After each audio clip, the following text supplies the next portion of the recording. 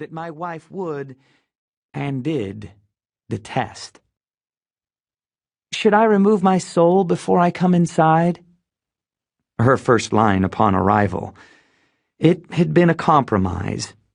Amy demanded we rent, not buy, in my little Missouri hometown, in her firm hope that we wouldn't be stuck here long. But the only houses for rent were clustered in this failed development, a miniature ghost town of bank-owned, recession-busted, price-reduced mansions, a neighborhood that closed before it ever opened. It was a compromise, but Amy didn't see it that way, not in the least. To Amy, it was a punishing whim on my part, a nasty, selfish twist of the knife. I would drag her, caveman style, to a town she had aggressively avoided, and make her live in the kind of house she used to mock. I suppose it's not a compromise if only one of you considers it such, but that was what our compromises tended to look like. One of us was always angry. Amy, usually.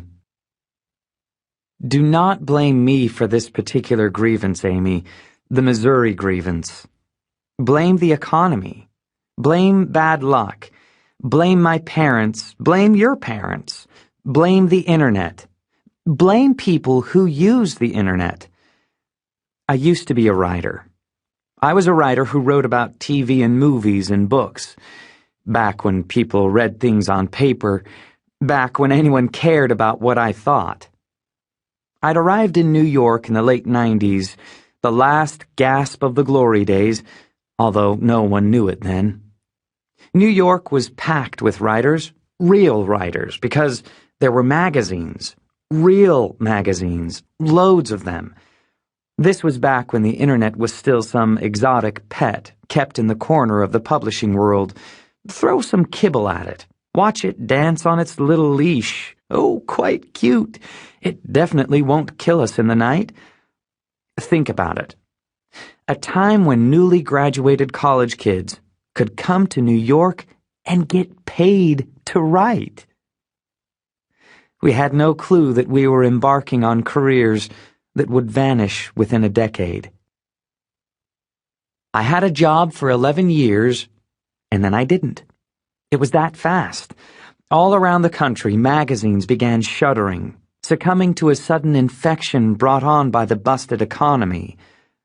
Writers, my kind of writers, aspiring novelists, ruminative thinkers, people whose brains don't work quick enough to blog or link or tweet, basically old, stubborn blowhards, were through.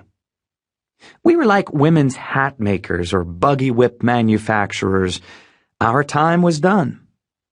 3 weeks after I got cut loose, Amy lost her job, such as it was. Now I can feel Amy looking over my shoulder, smirking at the time I've spent discussing my career, my misfortune, and dismissing her experience in one sentence. That, she would tell you, is typical. Just like Nick, she would say. It was a refrain of hers. Just like Nick, too. And whatever followed, whatever was just like me, was bad. Two jobless grown-ups. We spent weeks wandering around our Brooklyn brownstone in socks and pajamas, ignoring the future, strewing unopened mail across tables and sofas, eating ice cream at 10 a.m., and taking thick afternoon naps. Then, one day, the phone rang.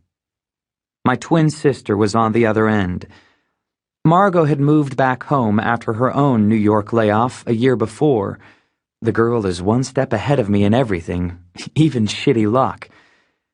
Margot, calling from good old North Carthage, Missouri, from the house where we grew up.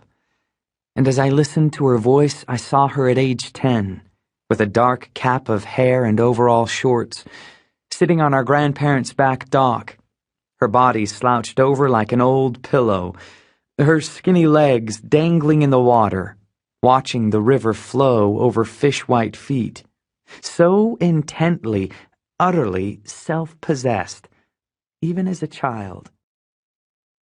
Go's voice was warm and